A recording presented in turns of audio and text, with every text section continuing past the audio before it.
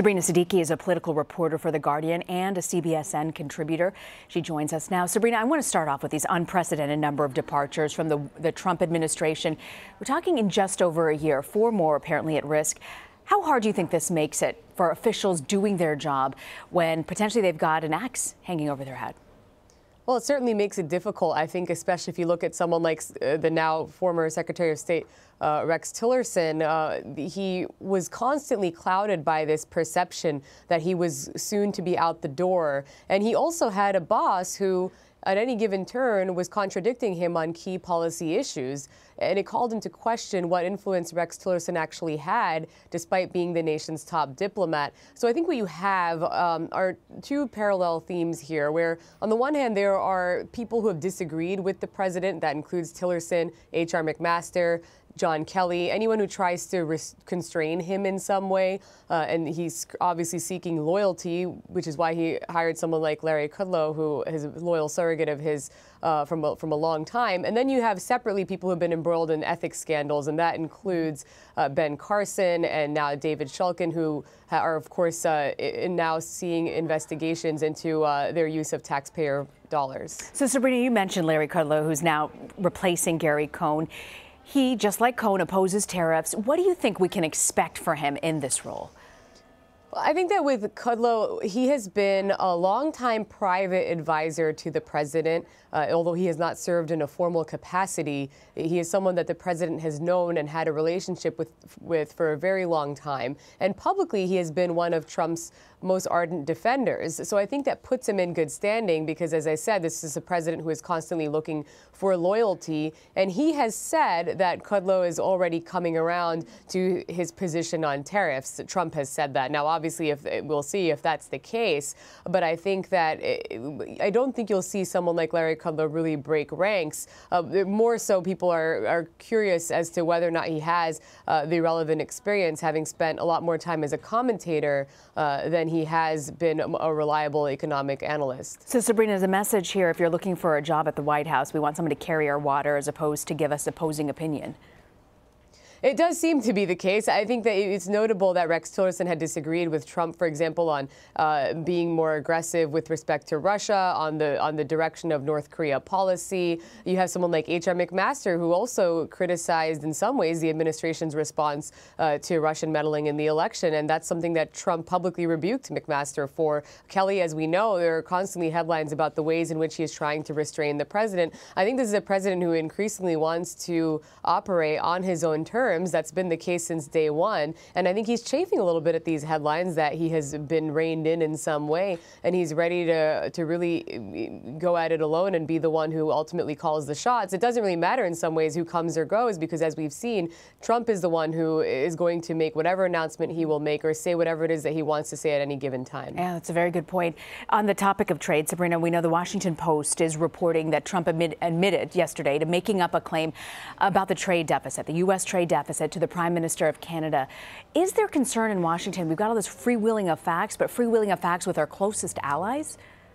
Well, there's certainly been a great deal of concern, not just among Democrats, but also a large swath of Republicans over the tariffs that the president has sought to impose. And this relates directly to Canada and Mexico. The president has said that he's potentially looking into exemptions for some countries, including close trading partners. But it certainly undermines productive talks with both of those countries as they look to renegotiate NAFTA. And I think the president admitting that he was fast and loose with the facts, I think with one of the country's closest allies, as you say, is not a good look. It's not going to be good for his relationship with Trudeau. And it's important to note that according to statistics by the Commerce Department, the U.S. ran a surplus of roughly $2.7 billion.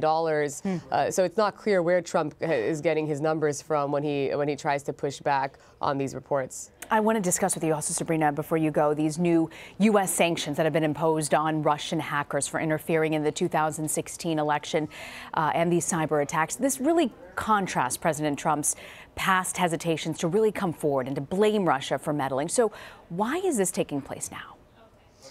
Well, I think that this administration has been under a lot of pressure to be more forceful in its response to Russian meddling in the election. You have a president who delayed the implementation of sanctions that were overwhelmingly approved by Congress last year. The implementation of the sanctions are coming roughly a month and a half late. And after a lot of questions over whether the firing of Rex Tillerson was in fact related to Tillerson's criticism of the administration's response to Russia. So I think they are somewhat on the defensive here. They're trying to leave little doubt about the president's seriousness toward retaliating against Moscow for its meddling in the election. But there's still a lot more that needs to be done. One of the top intelligence chiefs, Mike Rogers, who's at the helm of the NSA, he testified just a couple weeks ago before Congress that he hasn't been given the authority by the president to disrupt Russian cyber attacks at the source, and expressed concern that Russia is planning to engage in some of the same tactics in the midterm elections and 2020 for that matter,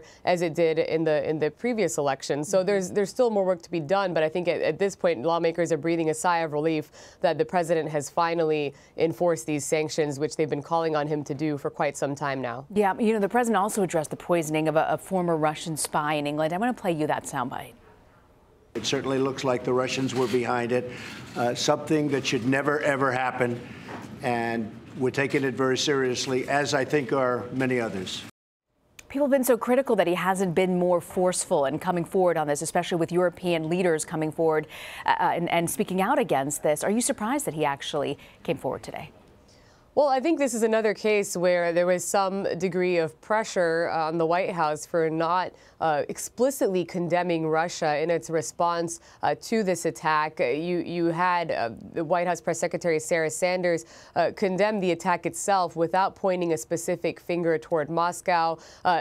Just a day or two ago, the president said it may be Russia, but it may be someone else. He was hedging a bit, even as the UK has been quite clear that they believe the Russians are behind this nerve agent attack and have now expelled roughly 24 Russian diplomats from the UK. So I think this is, again, somewhat of a delayed reaction from the president, something that perhaps could have been said sooner, but it's now more in line with what you've been hearing, for example, from the State Department, from Ambassador Nikki Haley. So it puts the administration on the same page in identifying Russia as the most likely source of this attack and condemning them for it. Sabrina, before you go, I have one final question. It's looking more and more like Conor Lamb won that tight special election for Pennsylvania's 18th district. He did not support Minority Leader Nancy Pelosi during his campaign. She was actually asked to weigh in for the very first time since Election Day. Here she is. I don't think that he ran against me the entire time. I think he ran on his positive agenda, protecting Medicare, preeminently that. Being there for working families, got strong support from labor. On the one hand, the Republicans are saying, see, he ran like a conservative. And on the other hand, I guess that identifies that they want to support Medicare, which they don't, and the rest. So it was, I think, a very issues-oriented campaign. Fair assessment, or are Democrats more divided than they're really letting on? I think that Nancy Pelosi is not entirely wrong. She's obviously deflecting from the fact that Conor Lamb did say he would not support Nancy Pelosi retaining her role as the leader of House Democrats, and that is a mounting issue for her. You had some people who tried to challenge her in the last leadership election, so she does have to contend at some point with the fact that there is a growing faction of Democrats who are calling for new leadership. But it is also true that Conor Lamb was running more so on the issues and issues that he knew would be local to this particular race. He was strongly pro-union. He was supportive of Obamacare. He was running against the Republican tax plan. In fact, featured Paul Ryan in several of those advertisements. He was also, although personally pro-life, he said he would support Roe v. Wade and a woman's right to choose. So I don't think that he's necessarily the most moderate Democrat or conservative Democrat. That there is a bit of Republicans also not wanting to acknowledge that Trump's own low approval ratings are affecting them down ballot.